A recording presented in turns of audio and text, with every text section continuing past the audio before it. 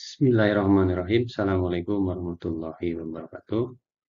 Sahabat-sahabat sekalian, kali ini saya akan membahas mengapa orang tua jadi jimat sukses. Dan ini kajian tadarus Al-Quran ini seperti biasa saya sampaikan kajian berpikir. Jadi kajiannya agak berbeda dari metodenya dengan yang lain, dan metode ini bukan diciptakan baru tetapi sudah ada sejak dulu. Cuman jarang disampaikan, jarang diajarkan. Nah, saya di sini tidak akan mengajarkan, tetapi akan mempresentasikan sebuah pemahaman dengan kajian berpikir, dan itu ada metodenya. Sebelumnya juga saya sudah menulis buku bagaimana berpikir dengan logika Tuhan itu. Saya tuliskan dalam bentuk buku, dan ke depan mungkin juga saya akan menulis buku tentang metode berpikir atau metode kajian Al-Quran dengan kajian berpikir. Insya Allah mudah-mudahan ada izin dari Allah Subhanahu Wa Taala, dari Allah Subhanahu Wa Taala, buku itu bisa terbit. Ya, saya bahas ini karena fenomena di lapangan dari dulu sampai sekarang itu selalu menjadi sekitar ini nih. Mengapa orang tua ini harus kita jadikan jimat sukses? Karena ya banyak kasus yang terjadi, konflik antara anak dan orang tua, antara menantu dengan mertua, itu macam-macam. Pada intinya konflik itu terjadi ya kalau kita lihat sudut pandang sebelah lain, tidak ada pemahaman siapa itu sesungguhnya orang tua di hadapan Allah Subhanahu Wa Taala. Nah, kali ini kita lihat kepada Al-Quran, sumbernya kepada Al-Quran, kita kaji dari sudut pandang berpikir. Ya, pertama, orang tua itu adalah pemberkah ya. Dan ini saya ambil dari Al-An'am ayat 151. Sini ada yang dicetak merah ini. Jadi, berbuat baiklah terhadap kedua orang, ibu, bapak. Lalu di akhir ini ada, kami akan memberi rezeki kepadamu. Dan ini saya ambil konsep ini, kalau kita gunakan dari pendekatan berpikir, dan pendekatan berpikir yang saya gunakan, yang saya pahami dan saya sampaikan untuk memudahkan sahabat-sahabat sekalian bagaimana itu berpikir. Ya, saya ulangi lagi bahwa berpikir itu adalah bagaimana kita memahami apa sebab dan memahami akibatnya. Jadi ada pola sebab akibat itu, segala sesuatu dipahami dengan pola sebab akibat gitu. Nah, jadi orang tua ini di sini dijelaskan bahwa kaitannya dengan pemberkah gitu dalam hidup kita. Dan ini saya kutip dari Al-Quran gitu. Nah, nanti kalau ada perbedaan pendapat, silakan saja Anda kaji sendiri dan literasi sendiri. Nah, ini juga sudah saya melakukan ini berdasarkan kajian literasi untuk memperkuat pemahaman-pemahaman pendapat-pendapat yang sudah ada. Nah, sebaik-baiknya pemahaman itu kan kalau kita sebagai orang beriman, itu kita harus bersumber kepada sumbernya langsung, yaitu kepada Al-Quran. Selanjutnya, nah dari ayat surat Al-An'am ayat 151 ini saya coba petakan seperti ini ya. Jadi berbuat baik pada ibu bapak itu akibatnya Allah memberi rezeki. Gitu. Dan diyakini bahwa orang-orang terdahulu juga meyakini bahwa orang tua itu menjadi pemberkah. Bahwa orang tua itu banyak budaya-budaya bangsa di dunia, bahwa di suku-suku juga, suku-suku terdahulu ya, suku-suku yang masih ada di pedalaman juga, mereka rata-rata masih menggunakan kepercayaan menghormati orang tua mereka itu sebagai pemberkah, sebagai pembawa rezeki gitu. Nah, ini Al-Quran menjelaskan seperti ini, bahwa berbuat baik pada ibu bapak itu Allah memberi rezeki. Maka di suku-suku terdahulu atau sampai bangsa-bangsanya sekarang ada yang menghormati betul-betul punya budaya melekat sekali, penghormatannya tinggi kepada orang tua. Ya, itu. Jadi, nah inilah ada budaya dan ini ada penjelasan dari Al-Quran. Saya ambil kata-katanya seperti ini, jadi berbuat baik pada ibu bapak, ini sebab dan akibatnya itu Allah pemberi rezeki. Maka tidak heran ya kalau ada orang yang memahami bahwa orang tua itu pemberkah gitu. Kenapa?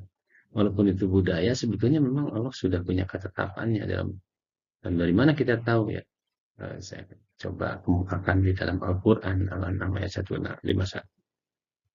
Supaya kita lebih yakin bahwa jangan kata orang gitu. Jadi kalau orang tua itu pemberkah bukan hanya karena budaya, karena mitos, karena cerita, tapi kita tahu kalau sumber tertulisnya ada dalam Al-Quran berbicara seperti ini. Jadi keyakinan kita akan kuat gitu. Nah, kemudian ini ada satu ketentuan juga. Hati-hati di sini ada ketentuan yang Allah jelaskan juga kita pilih semua. Jadi eh, berbuat baik kepada orang tua itu bukan menyembah gitu ya. Hati-hati di sini karena ada jangan menyembah selain dia, kemudian berbuat baik pada ibu bapak. Ini kata-kata ini punya makna saya curiga di sini bahwa memang ada orang-orang yang menyembah pada orang tua gitu ya. Ya itulah ya, kalau dulu kita belajar sosiologi atau antropologi ada animisme. Animisme itu yang menyembah kepada orang tua atau roh-roh nenek moyang gitu ya. Roh-roh nenek moyang itu orang tua sebetulnya. Nah, mereka menyembah kepada ini. Nah, ini Al-Quran itu mengklarifikasi gitu. Jadi di ayat kemarin dari Al-An'am itu menjelaskan bahwa orang tua itu pemberkah. Tapi Allah klarifikasi di sini bahwa eh, sekalipun orang tua pemberkah, jadi dia bukan Tuhan gitu. Tidak boleh disembah-sembah gitu. Apa yang harus dilakukannya itu berbuat berbuat baik, berbuat baik pada ibu bapak. Nah, berbuat baik pada ibu bapak itu adalah berkata-kata yang mulia. Paling dasar sekali berbuat baik kepada ibu bapak itu adalah berkata-kata yang baik, berkata-kata yang mulia. Jangan mengatakan yang kotor, jangan menyinggung, jangan merendahkan, jangan menghina, jangan meleceh. Itu serendah-rendahnya perbuatan baik itu adalah perkataan yang mulia. Nah, sehingga di sini klarifikasi Al-Quran ini, jadi ibu bapak itu wakil Tuhan, bukan disembah, tidak boleh. Karena ini kalau disembah itu menduakan Tuhan. Dan Tuhan itu harus selalu esa. Tidak boleh ada yang menyamainya. Itulah tauhidan. Itulah yang kemurnian kita dalam bertauhid itu adalah mengesahkan Tuhan. Ini tidak boleh ada selain Tuhan. Nah, kemudian eh, ini adalah animisme ya. Kalau menyembah kepada ibu bapak itu kaitannya dengan animisme. Nah, keyakinan agama itu diklarifikasi tadi harus berbuat baik saja pada ibu bapak itu. Tidak usah menyembah-nyembah, harus mengkultuskan, tidak perlu. Jadi berbuat baik saja karena manusia memang saling membutuhkan, punya kebutuhan, punya kekurangan. Jadi berbuat baik saja. Nah ini orang-orang berbakti, kalau anak-anak berbakti itu ya anak-anak yang berbuat baik pada ibu bapak. Berbuat baik itu apa? Berkata-kata mulia. Itu yang paling ya mudah lah. Sebetulnya yang paling mudah, nggak pakai uang, nggak pakai tenaga. Berkata-kata yang baik itu adalah berbuat baik kepada ibu bapak. Paling minimal sekali. Nah, di sini saya jelaskan lagi untuk memperkuat ya. Kalau tadi di ayat tadi itu ada berkata-kata mulia nih. Ada cara lain, cara berbuat baik yang lebih konkret lagi yaitu menafkahkan. Nah, menafkahkan ini sudah ada unsur materialnya mungkin ya. Jadi di sinilah pada dasarnya anak-anak itu masih memiliki tanggung jawab untuk ibu bapaknya. Nah, ini budaya, bukan budaya ini menurut saya. Jadi cara berpikir kita bersumber kepada Al-Quran, kalau yang Muslim memelihara ibu bapak ketika ibu bapaknya udah tua, Itu bukan ibu bapaknya membebani kepada anaknya atau anaknya dibebani orang tua, bukan. Tetapi harus berangkat dari pemahaman ini. Surat Al-Baqarah 215 ini bahwa kita sebagai anak, sebagai yang pernah dilahirkan dari rahim ibu kita, itu punya keyakinan, punya pemahaman, punya cara berpikir, yaitu sumbernya dari Al-Quran. Yaitu ya kepada orang ibu bapak kita harus berbuat baik. Gitu. Jadi bukan budaya, bukan karena ibu bapak kita membebani anak-anaknya, bukan. Tapi di Muslim itu kesadaran seorang anak itu yang harus berbuat baik kepada ibu bapak. Nah, perihal nanti ada bapak ibunya yang memanfaatkan dan sebagainya, dan nanti ada ayat-ayat yang lain bagaimana posisi kita sebagai ibu seharusnya menjadi ibu, menjadi bapak yang baik seharusnya.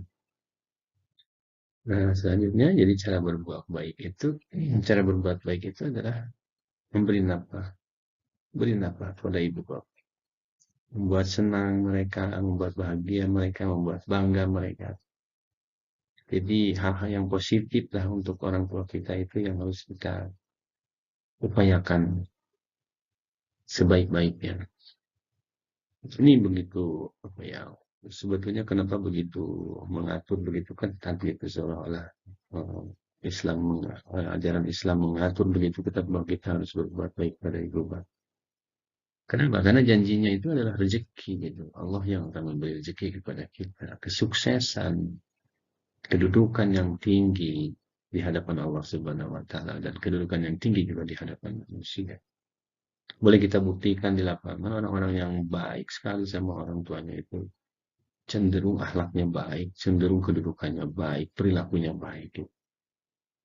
Ya, itu selalu berkorelasi positif. Kalau di riset, insya Allah ini orang-orang yang baik pada ibu bapaknya itu akhir hidupnya, akhir yang baik.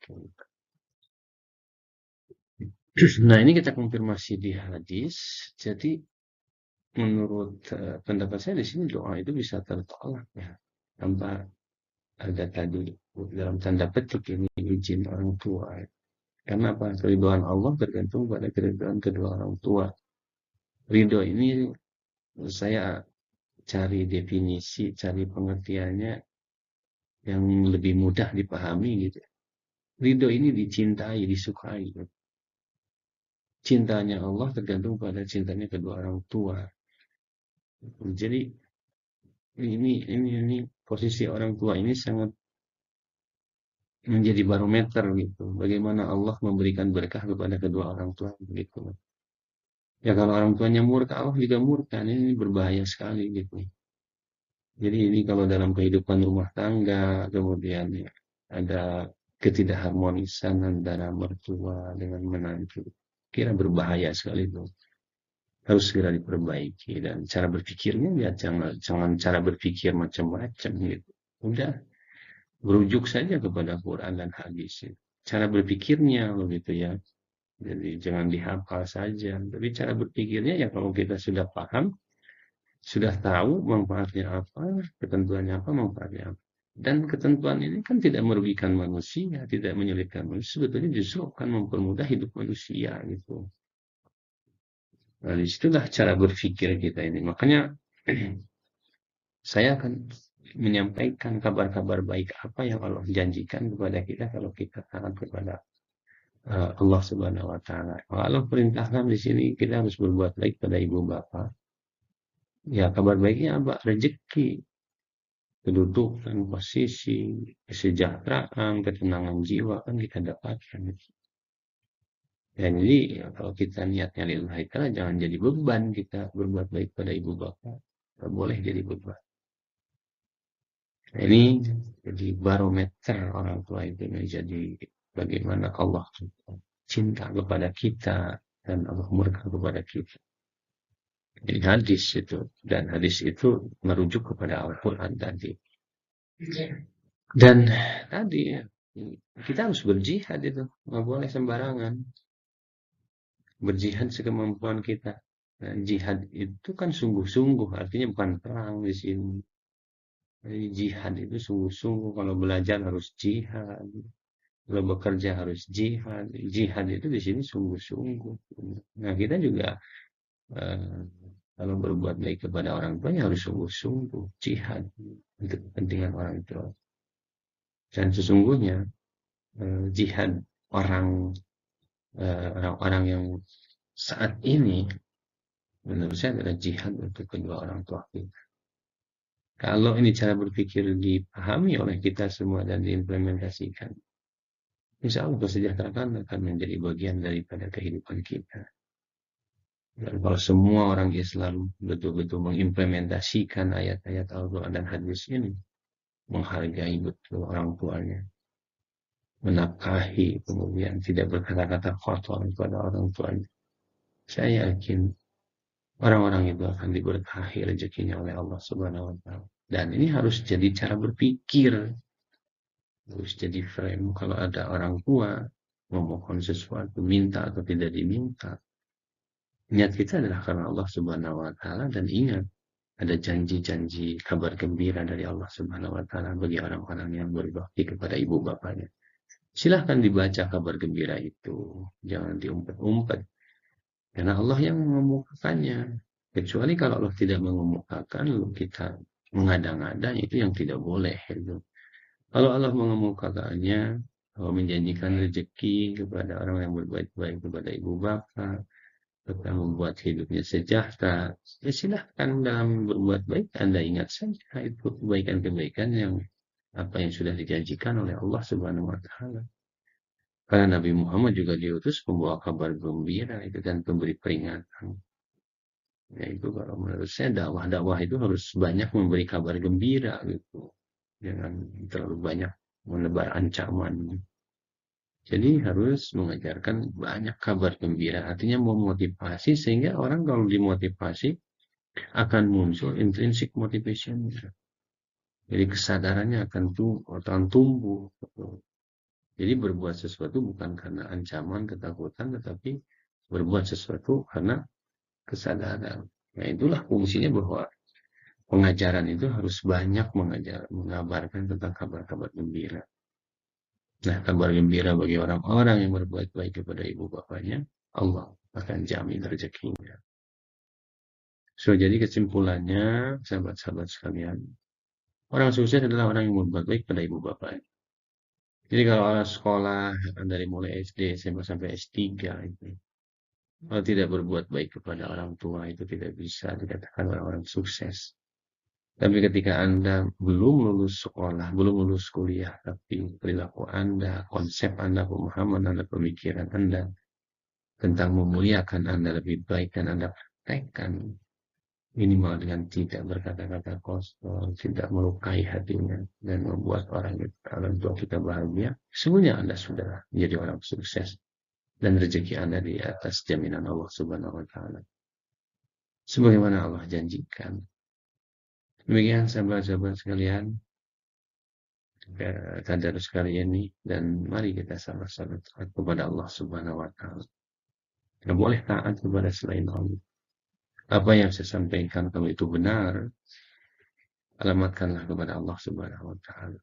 Dan kalau salah itu tentu datang dari saya pribadi sebagai manusia.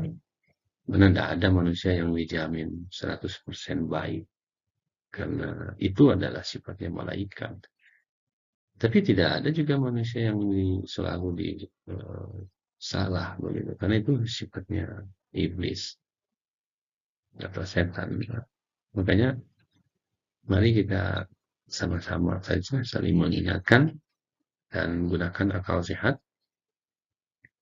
Dan silahkan saya sudah sampaikan Al-Qur'annya, saya sampaikan hadisnya, belajar saja langsung Anda juga kepada hadis dan Qur'annya.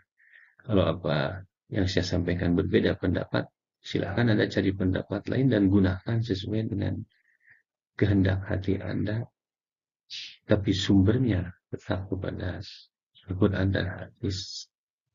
Karena kita diwajibkan beriman oleh Allah Subhanahu wa taala kepada Quran dan hadis, bukan kepada orang.